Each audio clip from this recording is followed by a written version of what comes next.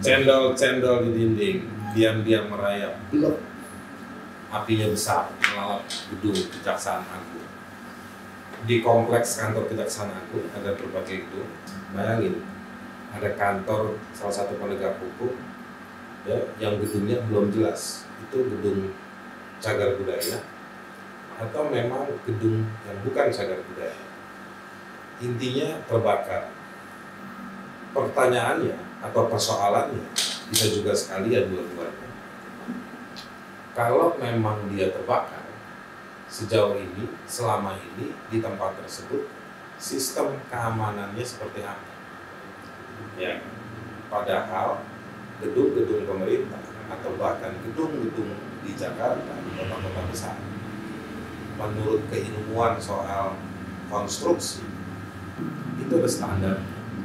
Ada aturan dari Kementerian Pekerjaan Umum.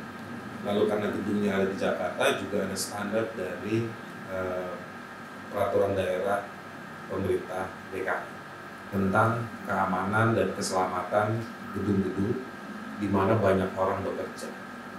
Keamanan tersebut bukan hanya dari soal api, tetapi juga dari soal udara, ya, dari soal konstruksinya, nggak boleh ambrol. Sekarang mari kita bahas juga terkait dengan kasus-kasus. Banyak kasus-kasus besar yang sedang ditangani oleh Kejaksaan Agung. Ada kasus Jiwasraya, Joko Chandra, impor tekstil, kasus TPPU, yang lain-lain juga, dugaan korupsi. Ada orang yang bilang, atau banyak orang yang bilang, gedung Kejaksaan Agung dibakar terkait dengan kasus-kasus tersebut. Nah sekarang kalau mau dibilang itu sebagai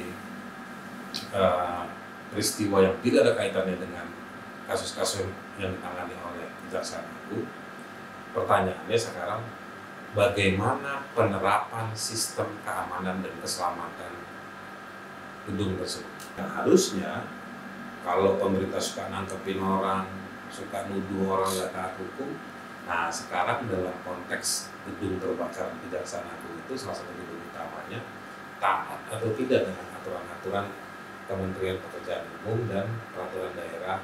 Kalau misalnya terkait dengan kasus-kasus tersebut, maka satu, seperti apa keterlibatan antara berbagai kasus dengan gedung-gedung tersebut. Bisa jadi gedung tersebut dibakar sebagai upaya untuk menghilangkan barang bukti.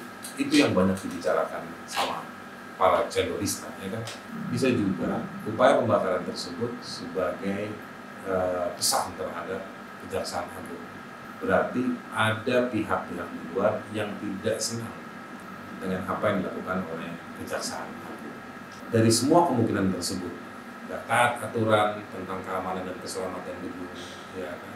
Lalu juga dibakar karena keterlibatan kasus, atau dibakar karena ingin memberikan pesan kepada Kejaksaan Agung, yang mana semuanya ini adalah mengerikan, dan oleh karenanya harusnya diungkap, harusnya ada pemeriksaan, ada penyelidikan yang serius, karena ini melibatkan Kejaksaan Agung. Ini lembaga negara. Kalau lembaga negara nggak ada yang perlu terhina, nggak ada yang perlu merasa tersakiti. Kejaksaan Agung miliknya semua orang di Republik ini.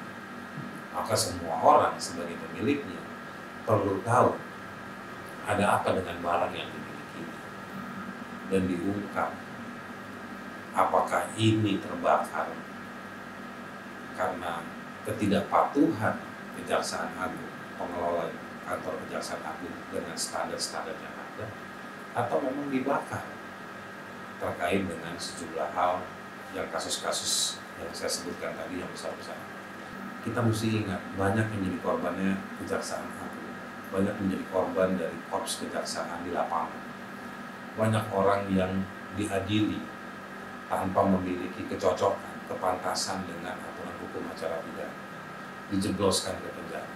Bukan mereka yang membakar kantor Kejaksaan Agung, tapi melihat kantor Kejaksaan Agung terbakar, mereka seperti mau bilang bahwa bukan cuma saya yang bisa jadi korban dari kejaksaan, tetapi kejaksaan juga bisa jadi korban dari situasi tersebut. Mungkin masyarakat berspekulasi, tapi spekulasi tersebut berangkat dari rasa gemas terhadap ketidakadilan di mana kejaksaan, korps kejaksaan, oknum kejaksaan banyak yang terlibat dalam pemidanaan yang dipaksakan.